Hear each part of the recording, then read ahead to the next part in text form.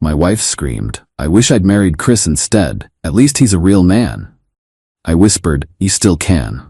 Then I texted Chris a screenshot of her message. What he replied made her lock herself in the bathroom. I, 31 male, was washing dishes when my wife Tessa, 29, screamed that at me during another fight about money. We'd been married for 4 years. The context? I'd suggested we skip her cousin's destination wedding because we needed new tires and our AC was broken. Apparently, this made me less of a man than Chris, her ex who she dated for 3 years before me. Chris would never make me miss family events. He actually provided for his woman.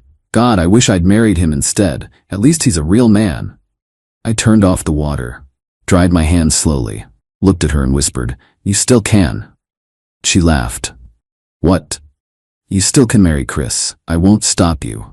Before she could respond, I pulled out my phone and did something petty. I took a screenshot of our Ring camera that had recorded her whole rant, audio included, and texted it to Chris with, "Your ex says she wishes she married you instead. Interested?" Tessa was still ranting about how Chris bought his current girlfriend a Tesla when my phone buzzed. Chris replied, "LMAO, is this real? Bro, I broke up with her because she maxed out 3 of my credit cards and told my mom I was cheap. Tell her I'm good. Actually, show her this." He sent another text. "P.S. That Tesla she's talking about? It's a 2015 Honda Civic. Tessa always did live in Fantasyland. Good luck with that mess." I showed Tessa my phone. She read it once, twice. Her face went from red to white. Then she ran to the bathroom and locked herself in.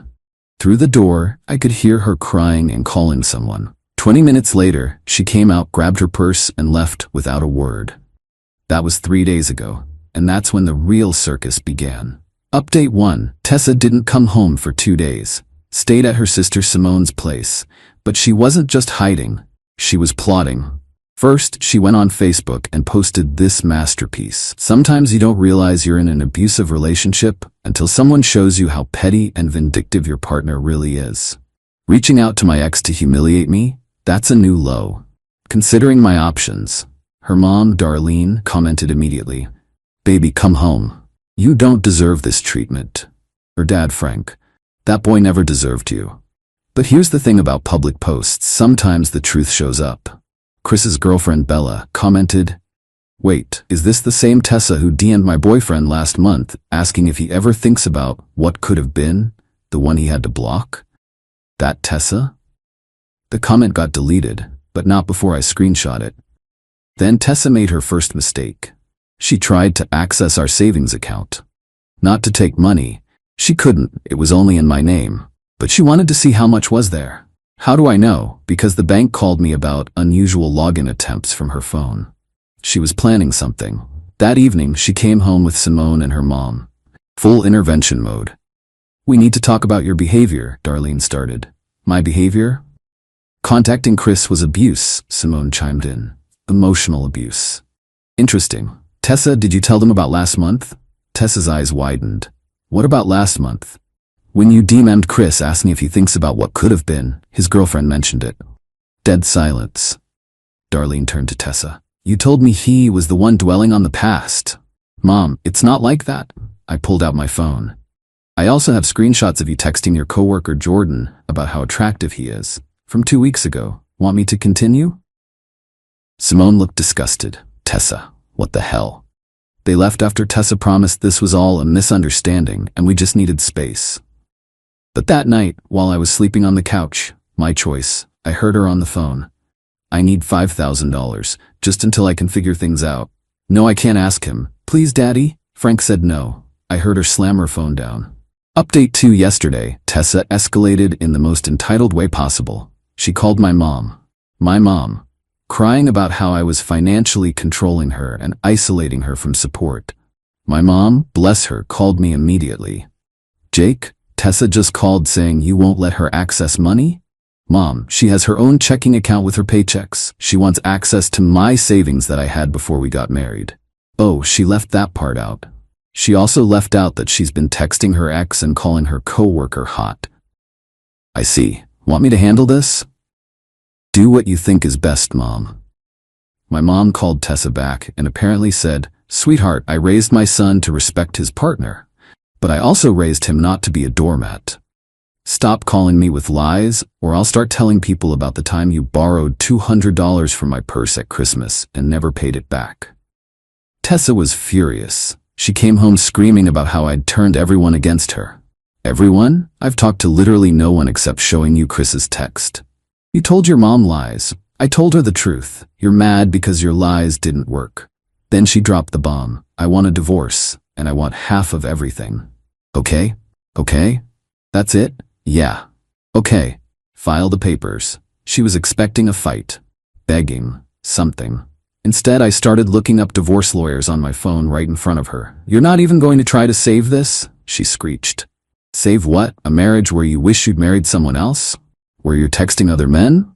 Nah, I'm good. She grabbed her phone and called someone. Daddy? He's giving up on us. He's not even fighting for our marriage. I could hear Frank sigh through the phone. Tessa, you literally told him you wished you'd married someone else. But he's supposed to fight for me. Why? So you can keep treating him like garbage? No, sweetheart, you made this bed. She hung up on her own father. Update 3. Tessa tried to play the victim card hard this week. First, she posted on Instagram that she was going through a difficult time and needed support and prayers. She set up a Venmo with the caption, "Rebuilding after betrayal." Someone sent her $20. It was Chris. With the note, "For therapy. You need it." She blocked him everywhere and had a meltdown. Then came the workplace drama. We work at different companies, but apparently, she'd been telling her coworkers I was abusive and controlling. One of them, Destiny, reached out to me on LinkedIn of all places. Hey Jake, I don't know you, but I work with Tessa. She's been saying some concerning things and asking people to loan her money for a escape fund. Just thought you should know she's claiming you monitor her accounts and won't let her leave. But then she showed up yesterday in a new Michael Kors bag, so something doesn't add up. A new bag, while claiming she needed money to escape. I thanked Destiny and forwarded the message to my lawyer. That afternoon, Tessa's coworker Jordan, yes, the hot one, showed up at our apartment. Bro, we need to talk. We really don't. Your wife is telling everyone at work that you're dangerous. She asked me to let her stay at my place. I laughed. And my girlfriend is pregnant and pissed. Tessa knew that. She's trying to cause problems because I rejected her last month. You rejected her? Yeah. She came on to me at the office happy hour. I shut it down. Now she's trying to blow up my relationship. I asked if he'd be willing to tell this to a lawyer. He said absolutely. That evening, Tessa came home with shopping bags. Plural. Retail therapy? I asked. I deserve nice things after what you've put me through.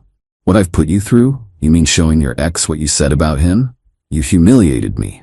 You humiliated yourself. I just provided evidence. She threw a shoe at me, missed, hit the TV, cracked the screen. That's coming out of your half, I said calmly.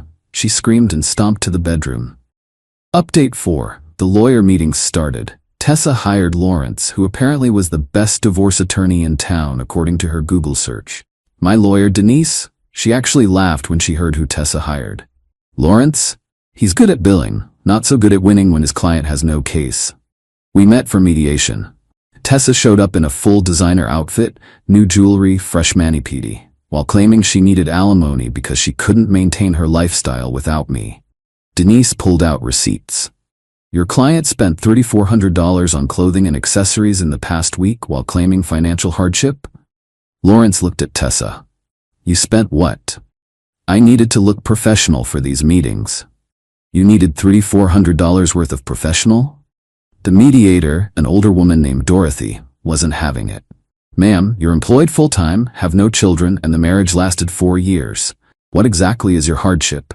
He emotionally abused me. How? He contacted my ex. After you said you wished you'd married him instead. Silence. Denise pulled out more papers. We also have statements from Jordan Martinez and Destiny Williams regarding your advances toward Mr. Martinez and your false claims about my client. Tessa turned white. How did you? They came forward voluntarily. Apparently, you've been causing problems at their workplace. Lawrence asked for a recess. I could hear him outside. You hit on someone at work and lied about abuse? Do you understand how this looks? When they came back, Lawrence said they'd consider a clean split. No alimony, each keeps their own accounts and debts. No, Tessa said. I deserve compensation for my pain and suffering. Dorothy actually snorted. Pain and suffering? Ma'am, this is a no-fault divorce state, and even if it wasn't, you're the one who said you wanted someone else. We left without an agreement. Update 5. Tessa's entitlement reached peak levels this week. She decided if she couldn't get money from me legally, she'd try other methods. She started selling our stuff on Facebook Marketplace, except it wasn't ours, it was mine. My gaming console, my guitar, my signed baseball collection, all posted for sale. One problem, I work from home Fridays. I caught her loading my guitar into some dude's truck. That's theft, Tessa. It's communal property. I bought it 5 years before we met. I have the receipt. The buyer looked uncomfortable. Look, man, I don't want any trouble. No trouble. This is stolen property. I'm calling the cops. He unloaded the guitar and left immediately. Tessa was livid. You cost me that sale. You tried to sell my guitar. The cops arrived. I showed them receipts, photos of me with the items from before our marriage, the Facebook listings.